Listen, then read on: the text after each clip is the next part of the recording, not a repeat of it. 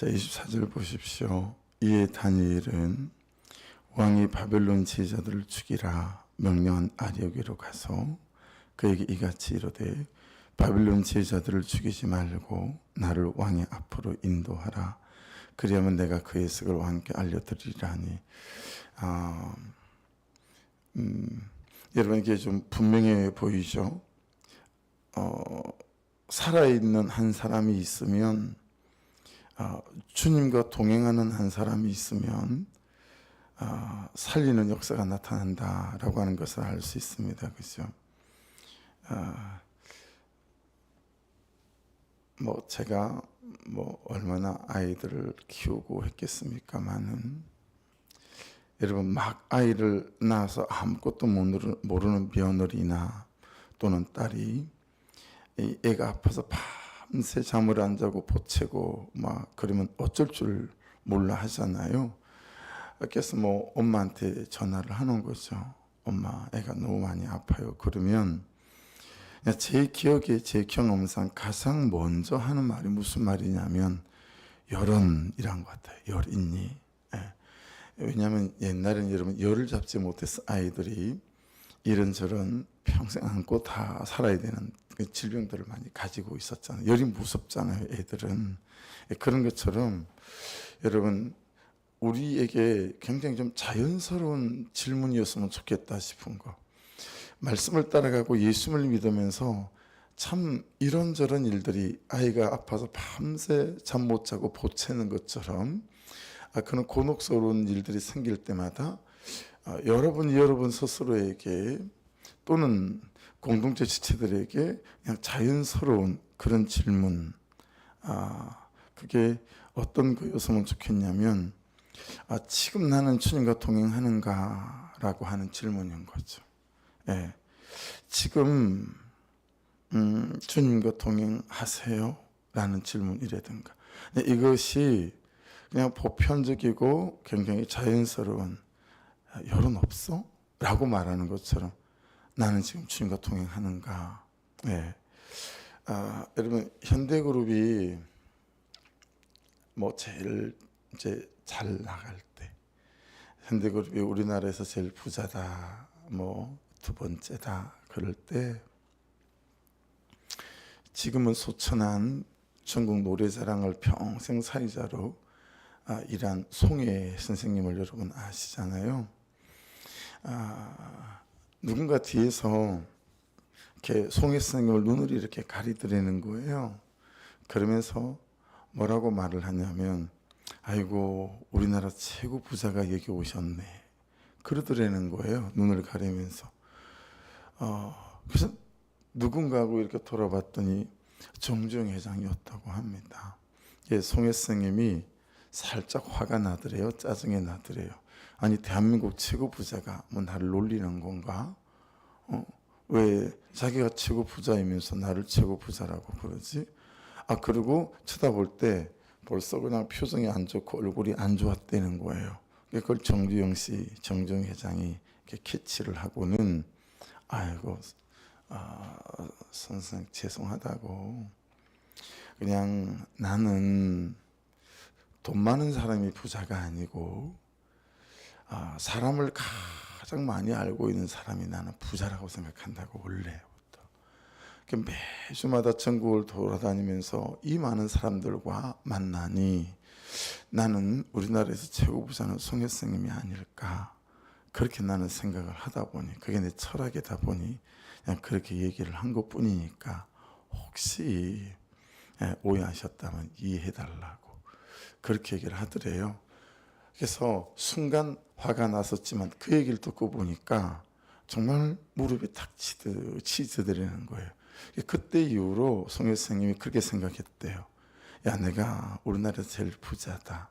매주마다 전국을 돌아다니며 이 많은 사람을 만나니 정 회장이 생각하는 것처럼 사람을 가장 많이 알고 있는 사람이 부자라면 내가 제일 부자가 아니겠는가.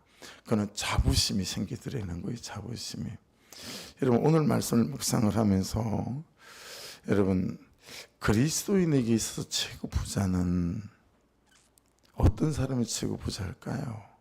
주님과 동행하면서 말씀과 동행하면서 주님과 살아있는 관계로 살아가는 사람이 가장 부자 아니겠어요? 여러분, 지금 느부갓네살 왕이 이 바벨론의 최고 부자잖아요. 그렇죠? 근데 이 주님과 살아있는 관계로 동행하고 있는 이 다니엘보다 지금 이 본문에는, 이 바벨론에는 더 괜찮아 보이고 좋아 보이는 사람은 없는 거예요. 그래서 여러분, 정말 나는 주님과 살아있는 관계인가? 그래서 나도 살리고 남도 살리는 사람인가? 그는 삶인가? 이걸 참 이렇게 묵상해 보게 되는 것 같아요. 다니엘서를 이렇게 묵상하면서 이 주님과 살아있는 관계다라는 말을 잘 설명하고 있는 대목이 다니엘이 아리옥을 먼저 찾았다라는 말일 수 있어요. 무슨 얘기냐면 자기가 보고 듣고 했으면, 여러분 아리옥 뭐 찾을 거 있습니까? 바로 느부갓네살 왕 만나가지고, 그죠? 당신 꿈으로 본 거 내가 다 안다, 그럴 수 있잖아요. 근데 여러분, 다니엘이 이 질서와 이 경계를 넘어서지 않는다라는 거예요. 지극히 현실적인 질서를 지키고 경계를 넘지 않더라라고 하는 거죠. 여러분 생각해 보세요. 기도 좀 한다, 그냥 옆에서 보기에 참 신령하다, 참 보면 성령의 능력과 충만함이 있는 것 같다. 여러분, 그런 영적 권세가 있어 보이는 사람 충분히 교회 안에서 있을 수 있고, 내가 또한 그럴 수도 있거든요. 그런 사람들이 여러분 살짝 질서를 넘고 경계를 넘어요. 그리고는 영적 교만들이 있고요. 그리고 마치 그것은 대단하고 현실적인 삶에서 내 역할과 내가 해야 될 그 어떤 일들은 소홀하고 생각하고 사소하게 생각해요. 예. 그래서 여러분, 오히려 성령 충만하고 주의 은혜가 가득한 사람일수록 지금 내가 처해 있는 삶의 소소한 일상, 아무것도 아닌 것 같은 그런 일상에 오히려 성실한 자기 삶의 질서와 내가 해야 될 역할들에 대한 경계를 절대 타고 넘지 않는다라는 거예요. 이게 여러분 진짜 은혜 받은 사람이고, 이게 진짜 성령 충만한 사람이다라고 하는 거죠. 여러분, 그 놀라운 걸 다니엘이 봤어요. 아니, 다른 사람이 꿈꾼 걸 다 환상을 통해서 알게 됐어요. 여러분, 대단한 그런 어떤 영적 권세 아니겠어요? 근데 여러분, 그걸 가지고 그 삶의 지극히 소소해 보이는 질서와 역할들을 감당해 낸다라고 하는 거예요. 그래서 여러분, 참 우리가 잘 돌아봐야 돼요. 믿지 않는 내 남편, 그리고 우리의 믿음이 없는 우리의 자녀들, 제 얘기예요, 제 얘기. 우리 집에 자녀가 넷이 아니겠습니까? 근데 아버지를 볼 때 아버지가 목사야. 근데 우리 아버지가 가만 봐도 뭐 집에서 사는 것보다 교회에서 사는 게 더 많고, 뭐 시시때때로 금식해가고, 그런 아버지를 쳐다볼 때 여러분, 참 우리 아버지가 범접할 수 없는 그런 걸 가지고 아이들한테 토를 못 달죠.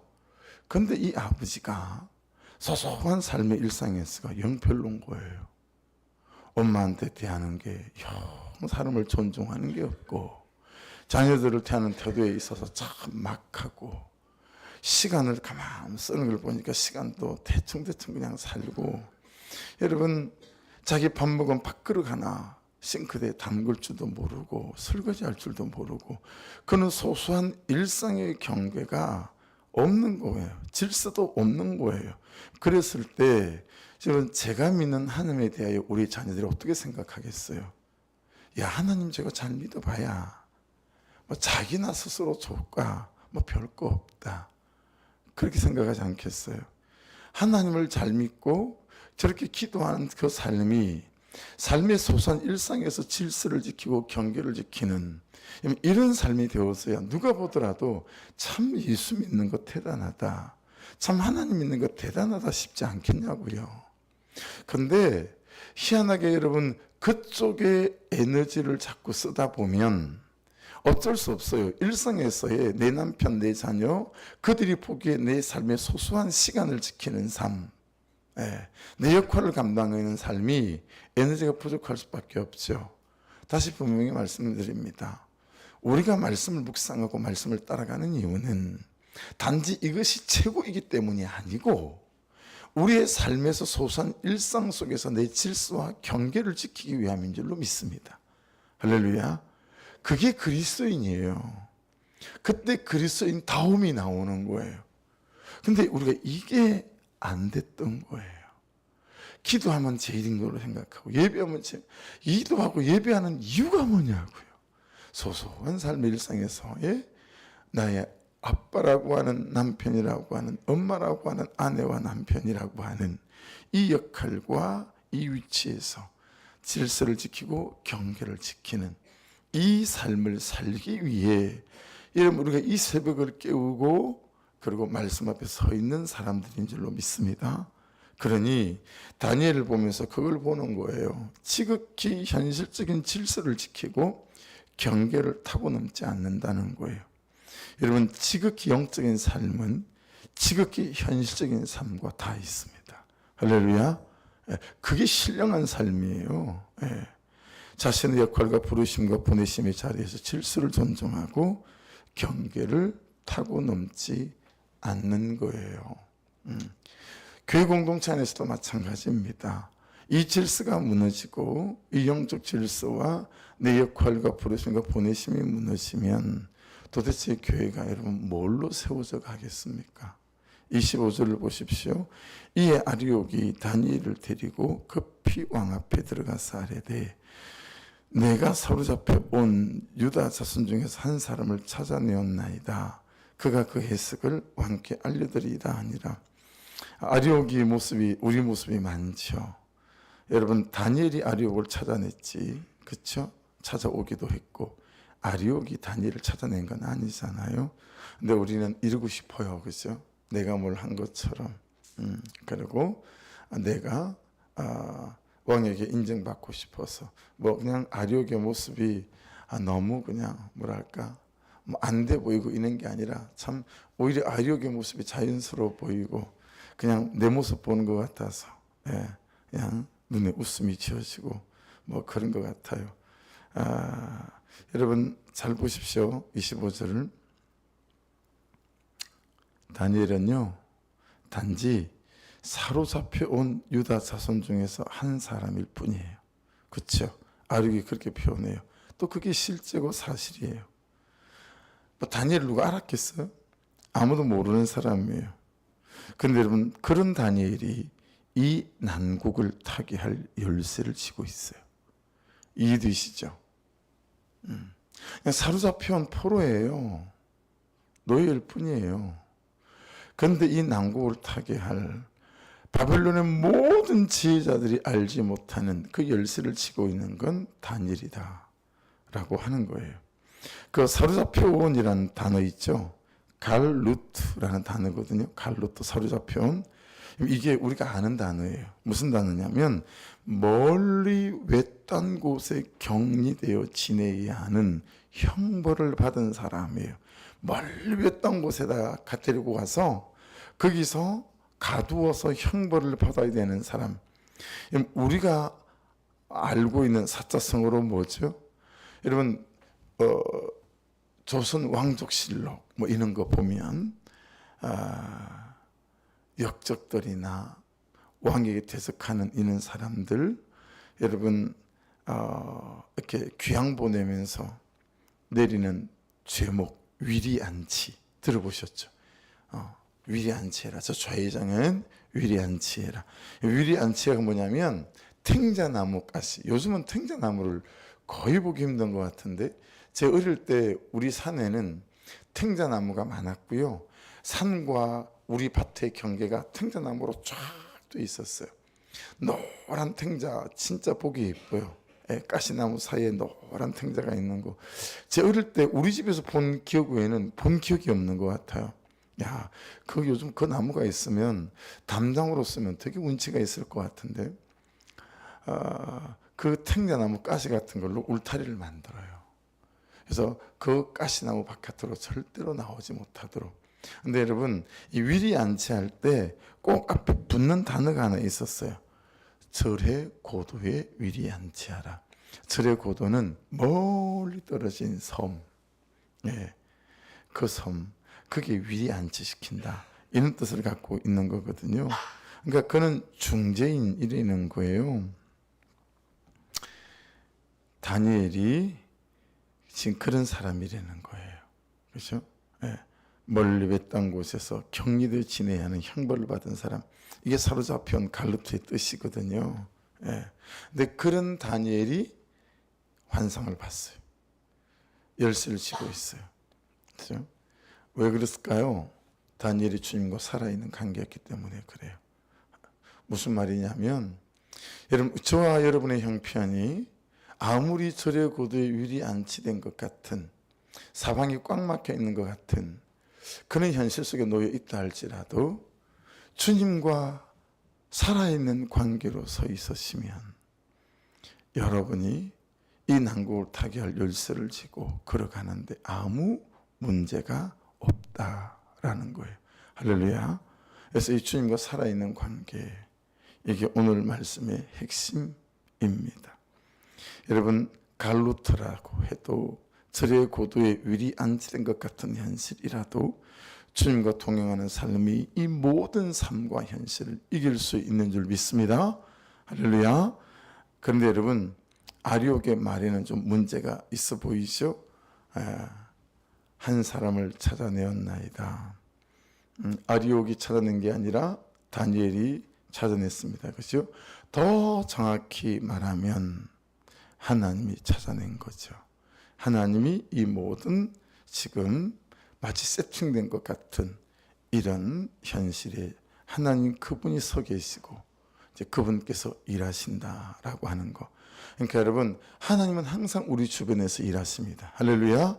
우리만 깨어있고 그분과 살아있는 관계일 때 여러분, 이 현실들을 헤쳐나갈 수 있다라고 하는 것을 다니엘을 통해서 깨달을 수 있어요. 26절을 보세요. 왕이 대답하여 벨드사사를 이름한 다니엘에게 이르되 내가 꾼 꿈과 그 해석을 내가 능히 내게 알게 하겠느냐. 무슨 뜻이에요? 다분히 다니엘을 좀 무시하거나 깔보는 듯해 보이는 그런 말투 아닙니까? 그러나 이 사건은 어떻게 해요? 이제 느부갓네살이 하나님을 하나님으로 인정하는 사건이 됩니다. 네. 이런 것을 우리가 하나님의 세팅이다 라고 말을 하는데, 그냥 이렇게 우리가 하나님을 만나가는 이제 자연스러운 일상일 수 있는 거죠. 하나님을 모르는 사람들, 하나님을 인정하지 않는 사람들, 그런 일상적인 관계 안에서 이제 우리가 살고 그런 일상적인 삶 안에서 이제 우리가 살아가고 있습니다. 그런데 이런 일상적인 삶 안에서 일상적으로 만나는 사람들에게 하나님을 하나님으로 경험하게 하는 것은 꿈을 해석하고 막 이러지 않아도 된다는 거죠. 느부갓네살의 말을 이렇게 바꿔보면 어떨까요? 예. 아니, 어떻게 살아요? 예. 남편이 이 집사님에게 어떻게 하는지 다 알아요. 근데 이 집사님이 살아요. 살아내는 거예요. 받아내는 거죠. 그 삶을 쳐다보고 있던 다른 집사님이, 다른 사람이 어떻게 살아요? 어떻게 근거까지 다 받아내세요? 아니, 이것도 그가 나보다 옳다가 되시는 거예요? 여러분 이해되셨어요? 예. 네가 바벨론의 모든 지혜자들이 알아내지 못한 그걸, 야, 네가 이걸 보고 해석해낼 수 있다고? 이렇게 지금 느부갓네살이 다니엘에게 말한 거잖아요. 이 말을 우리말로 바꾸면 굳이 환상을 보고 막 그러지 않더라도 내 삶의 소소한 일상 가운데 살아가는 내 모습을 보고 다른 사람들이 나에게 이런 말 한 번씩 하는 거 듣고 살아갈 수 있어야 되지 않겠는가 라고 하는 거죠. 아니 어떻게 그는 믿음의 도전을 할 수 있어요? 아니 어떻게 피트 승인된도 그렇게 살아있고 또 붙어갈 수 있어요? 여러분 이런 말을 여러분 그래도 드문드문이라도 우리가 듣고 살아갈 수 있지 않아야 되겠냐라는 거죠. 다니엘이 어떻게 그럴 수 있죠? 이런 말을 듣고 사는 사람이 어떻게 그렇게 살아갈 수 있는 거죠? 주님과 살아있는 관계로 살아가기 때문에 그래요. 할렐루야. 그러니 와서 너무 신기한 거예요. 어떻게 그렇게 살아가요? 어떻게 딸이 그러는데도, 어떻게 시어머니가 그러는데도, 며느리가 그러는데도 그렇게 그냥 다 받아내고 사세요? 왜 그럴 수 있겠어요? 내가 주님과 살아있는 관계, 동행하는 사람이기 때문에 그렇다라고 하는 것입니다. 여러분 27절을 보시면 은밀한 것은 지혜자나 술객이나 나오죠. 28절에도 보시면 오직 은밀한 것을 나타내실 이는 하늘에 계신 하나님밖에 없다고 말씀하고 있습니다. 그렇죠? 기억나세요? 은밀한 거 어제 뭐라고 해석해 드렸어요? 라즈. 그렇죠? 비밀스러운 것이, 어찌할 줄 몰랐던 것이, 절대로 할 수 없었던 것이, 여러분 그런 것이, 그렇죠? 나타내실 리, 어제 겔라라고 했는데 포로로 잡아가다 그런 뜻을 갖고 있다고 했잖아요. 여러분 이 될 수 없는 일들이 하나님이 주시는 그분의 말씀들을 통하여 계시 중에 최고의 정확한 계시는 말씀이다. 어제 또 이 말씀을 나눴었잖아요. 여러분 이 말씀들이 나를 포로로 잡고 있는 두려움들을 오히려 포로로 잡아버리는 그런 역사가 항상 저와 여러분에게 있기를 주의 이름으로 축복합니다. 29절 보십시오. 거기도 왕이여 왕이 침상에서 장래일을 생각하실 때 은밀한 것을 나타내시는 이가 장래일을 왕에게 알게 하셨사오며. 예. 여러분 느부갓네살이요 하나님을 아는 사람도 아니고 그렇죠? 그런데 그가 장래일을 생각할 때 하나님이 은밀한 것을 나타내셨다. 장래일을 왕에게 알게 하셨다라고 하는 것 아니겠습니까? 그러니까 지금 느부갓네살에게 하나님이 하나님 자신을 드러내시고 확인시키는 장면일 수 있겠죠.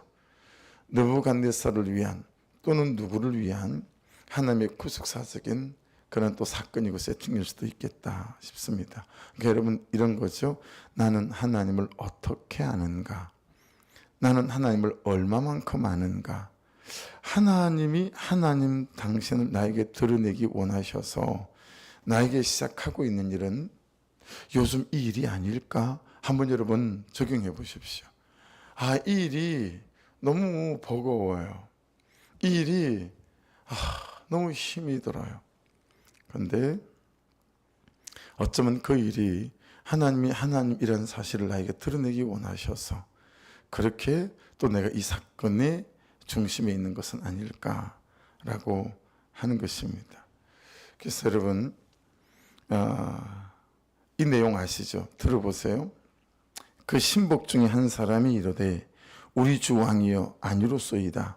오직 이스라엘 선지자 엘리사가 왕이 침실에 사신 말씀을 이스라엘 왕에게 고하나이다 하는지라. 이 아람 왕이 여러분 이스라엘 때려잡으려고 정말 치밀한 작전을 세워서 밤중에 군대를 보냈는데 길목마다 이스라엘 군대가 기다리고 있다가 전부 다 잡아족치는 거예요. 한두 번도 아니고. 그리 왕이 어느 날 이 작전을 알고 있는 사령관 2명 불러다가 야 우리 셋 중에 한 명이 틀림없이 첩자다. 그러지 않고서 이 작전을 알고 있는 건 우리 셋밖에 없는데 나는 아닌 니네 둘 중에 하나다. 자복해라. 야 누가 이스라엘의 첩자냐. 그랬더니 그 중에 신 하나가 얘기한 거잖아요. 왕이시여 혼자 지금 들어가셔가지고 입을 뒤집어 쓰시고 혼자만 생각해 보십시오. 마음으로 먹었던 일.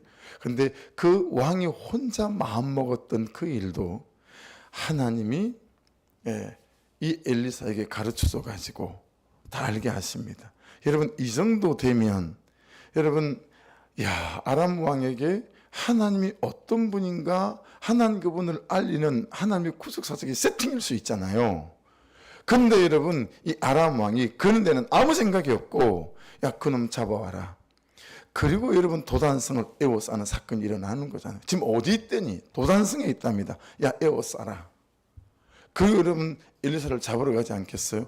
근데 여러분, 그런 아람 왕 같은 성도들이 많습니다.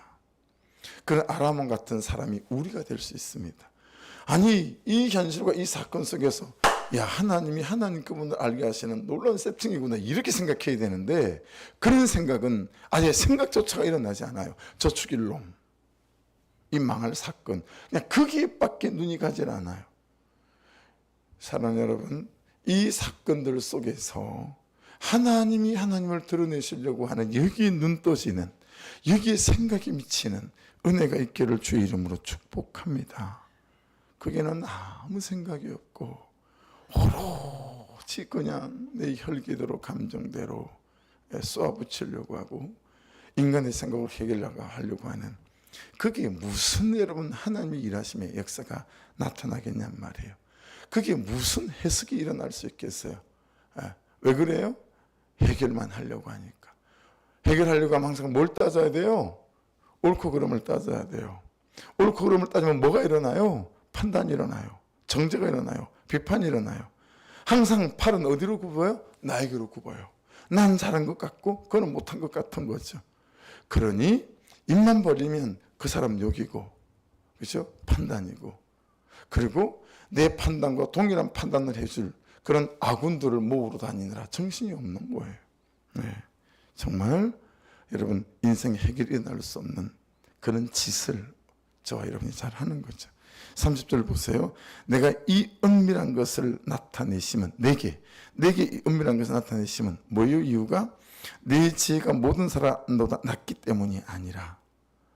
참 여러분, 어깨 힘주고 우쭐거리만 하잖아요, 다니엘이. 그렇죠? 나에게 이런 은사를 주셨다고, 이런 능력을 주셨다고. 그런데 여러분, 오직 그 해석을 왕에게 알려서, 보세요, 해석을 알려서. 여러분, 괜히 하는 말이 아니에요. 해결에 집중하지 말아라. 해석해야 된다. 이 일이 왜 일어났는지.